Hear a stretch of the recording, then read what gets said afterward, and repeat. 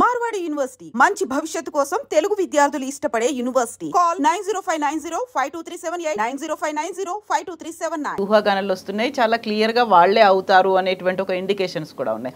But BRS పార్టీకి మాత్రం ఆ రెండు ఛాన్సెస్ అయితే కనిపించట్లేదు కదా.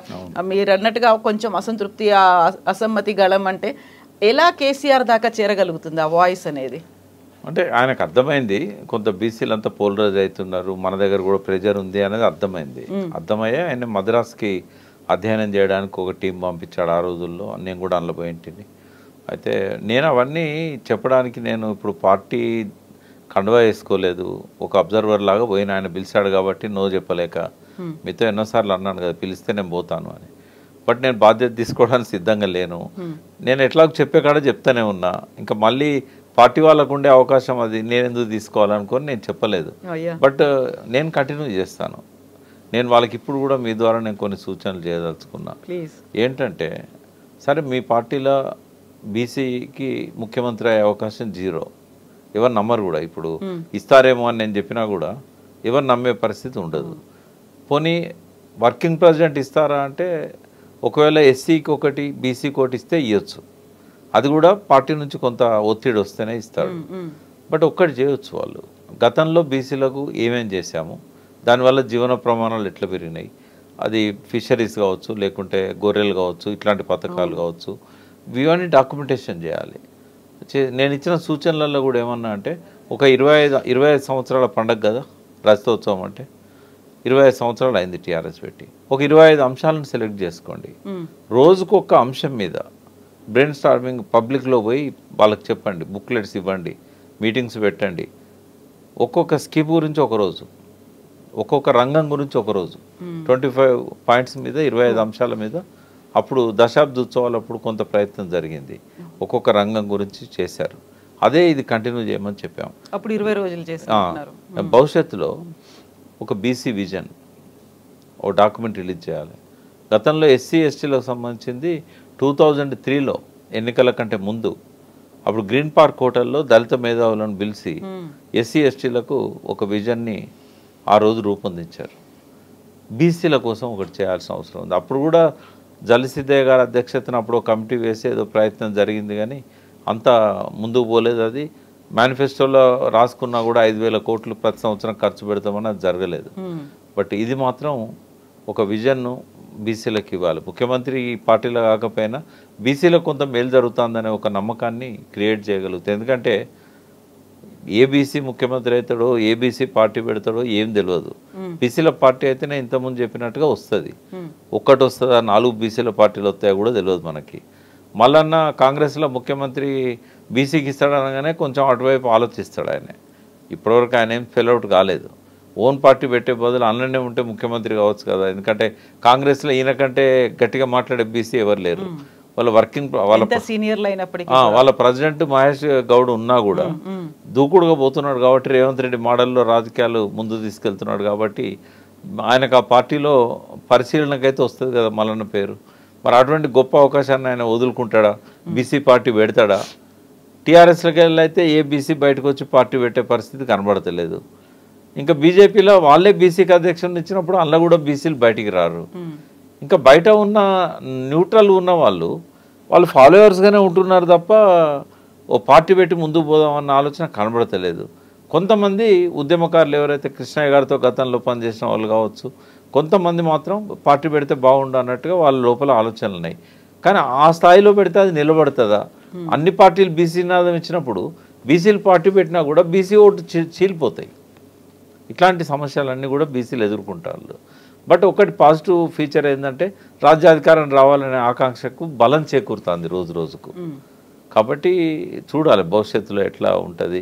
పార్టీ పెడితే అది క్లిక్ అవుతుందా, లేకుంటే కేసీఆర్ అన్ని విషయాలలో తెలంగాణ పట్ల అవగాహన వ్యక్తి, పరిపాలనను చాలా అద్భుతంగా చేశాడు.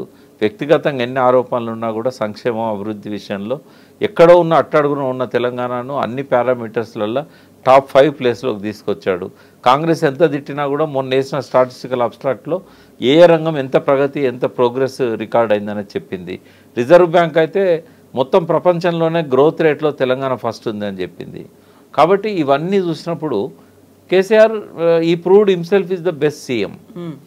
కాబట్టి ప్రజలలో కంపారిజన్ కేసీఆర్తో పోల్చుకుంటారు రేవంత్ రెడ్డిని. పోల్చుకున్నప్పుడు రేవంత్ రెడ్డి కంటే ఎన్నో రెట్లు కేసీఆర్ గొప్పగా కనబడతాడు. అంటే ఆయనకున్న విజన్ కానీ ఆ అడగకుండానే వరాలు ఇచ్చిన పథకాలు కానీ. కాబట్టి ఎమోషనల్గా పోయి ఒక మంచి వ్యక్తిని సీఎం కాకుండా మాంతడం మనమే ఇదివరకు చెడగొట్టాం మళ్ళీ చెడగొట్టుకుందామా, ఇట్లాంటి రీథింకింగ్ అనేది వస్తుంది రాబోయే రోజుల్లో. నాకు తెలిసి అయితే ఒక 1 to 2 years వరకు కేసీఆర్ పెద్దగా బయటకు వచ్చి చేసేదేమి ఉండదు. ఎలక్షన్ ఇయర్లో ఏమన్నా బయటకు వచ్చి చేస్తాడేమో. ఎప్పటిలాగానే అక్కడ ఆయన డైరెక్షన్ ఇచ్చుకుంటూ వచ్చిన వాళ్ళని ఇంత ముందు కంటే కొంచెం లిబరల్గా కలుసుకుంటూ ముందుకు పోతారని అనిపిస్తూ ఉన్నది. ఆయన రావాల్సిన అవసరం లేదు, అలాంటి కంప్లైంట్స్ కూడా రావంటారా? అంటే ఎందుకంటే అందరినీ కలుస్తున్నప్పుడు ఎందుకు వస్తాయి? మొన్న మేము పోయినాడు విషయం చెప్పడానికి బర్త్డే రోజు పోతే 10,000 మంది మార్నింగ్ నుంచి ఈవినింగ్ వరకు కలిసిన వాళ్ళు 10,000 మంది ఉంటారు దాదాపు. ప్రతి ఒక్కరు సెల్ఫీ దిగారు ఆయన దగ్గర పోయి.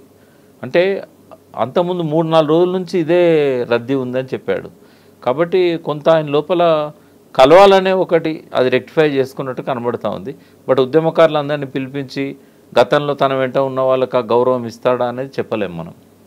కాకుండా కేసీఆర్లో మాత్రం కొంచెం మార్పు వచ్చింది, కొంత పాజిటివ్ కనబడ్డది. ఆయన లోపల ఉత్సాహం వచ్చింది, ఇంతకుముందు లేనంత యాక్టివ్గా ఉన్నాడు. అది కాన్ఫిడెన్స్ కూడా కనబడుతూ ఉంది. అది కనబడతా ఉంది. స్టార్టింగ్లో పదవి పోయిందని ఒక దిగాలు కనబడేది. బట్ ఆ తర్వాత కాలంలో దాన్ని ఓవర్కమ్ అయ్యాడు ఆయన. మళ్ళీ మనమే వచ్చేది, ఇంకెందుకు ఆలస్యం అన్నట్టు ఉన్నది ఆయనకి. 4 రోజులు రెస్ట్ తీసుకుందాం, మళ్ళీ మనమే అధికారంలోకి వస్తాం, ఈసారి పెద్ద కష్టపడాల్సిన అవసరం లేదు, వాళ్ళే మనల్ని ఎక్కిస్తారు గద్దెకు ప్రజలు అనేది ఒక ఓవర్ కాన్ఫిడెన్స్ అవుతుంది. బట్ బీజేపీ థ్రెట్ అనేది ఉంది ఆయనకు, అది తెలుసు. బయటికి అంత కార్యకర్తలకు క్యాడర్కు విశ్వాసం ఇచ్చినా కూడా బీజేపీ నుంచి ఒక థ్రెట్ అయితే ఉంటుంది. ఎందుకంటే యాంటీ కాంగ్రెస్ ఓట్ అనేది స్ప్లిట్ అవుతుంది. స్ప్లిట్ అయినప్పుడు కొంత టీఆర్ఎస్కి వచ్చినా కూడా కొంత బీజేపీకి పోతుంది. ఇప్పుడు ఆయన పోటీ బీజేపీతోనే ఉండాలి, బీజేపీ నుంచి తనను రక్షించుకోవాలి. ఈ యాంటీ కాంగ్రెస్ ఓటు బీజేపీ దిక్కు పోకుండా తన దిక్కు తెచ్చుకోవాలి. కాబట్టి సెలెక్టెడ్గా ఒక్కొక్క కాన్స్టిట్యున్సీ మీద ఆయన ఫోకస్ చేయాలి. ఎక్కడ ఏ నాయకుడు బీజేపీ దిక్కు పోతున్నాడు, ఇదివరకు పోయిన వాళ్ళని వెనక్కి రప్పించుకోవాలి. ఇప్పుడు గతంలో తనతో పాటు పనిచేసిన వాళ్ళని కూడా అవసరమైతే వాళ్ళని రప్పించుకొని భోజనం పెట్టి మీరు మళ్ళీ రండి, మన గూటికి మనం వస్తే బాగుంటుంది, మళ్ళీ అక్కడ ఎందుకు ఇది ఆ పార్టీ గురించి ఈ పార్టీ వల్లనే మనం ఇట్లా ఓడిపోవడం జరిగింది, మళ్ళీ ఎందుకు అటువైపు, ఇవాళ మనకు 8 మంది ఎంపీలు మన వాళ్ళు ఉండుంటే ఇట్లుండేదా బడ్జెట్లో, ఇట్లాంటి విషయాలన్నీ వాళ్ళతో మాట్లాడి మళ్ళీ తన గూటికి రప్పించుకునే ప్రయత్నం చేయాలి. ఎంతోమంది కాంగ్రెస్ నుంచి బీజేపీలో పోయి వివేక్ లాంటి వాళ్ళు మళ్ళీ వెనక్కి వచ్చారు కదా. కాబట్టి టీఆర్ఎస్ నుంచి కూడా ఈటల రాజేందర్ ఒకవేళ అధ్యక్షుడైనా లేదా ఎంపీ ఉన్నా ఆయన రాడు. బట్ కింది క్యాడర్ను ఆయన వెనక్కి రప్పించుకోవచ్చు. మొన్న తులో ఉమా ఉంది, ఎలక్షన్ల ముందు ఆమెను మళ్ళీ వెనక్కి రప్పించుకున్నాడు. అట్లా అసంతృప్తితో ఉన్న వాళ్ళు ఉంటారు. ఇవన్నీ ఒక స్పెషల్ ఫోకస్తో బీజేపీని కనుక ఆయన ట్యాకిల్ చేయకపోతే బీజేపీ మళ్ళీ థ్రెట్ అవుతుంది. కాబట్టి ఓవర్ కాన్ఫిడెన్స్ ఎప్పుడు కూడా పనికిరాదు.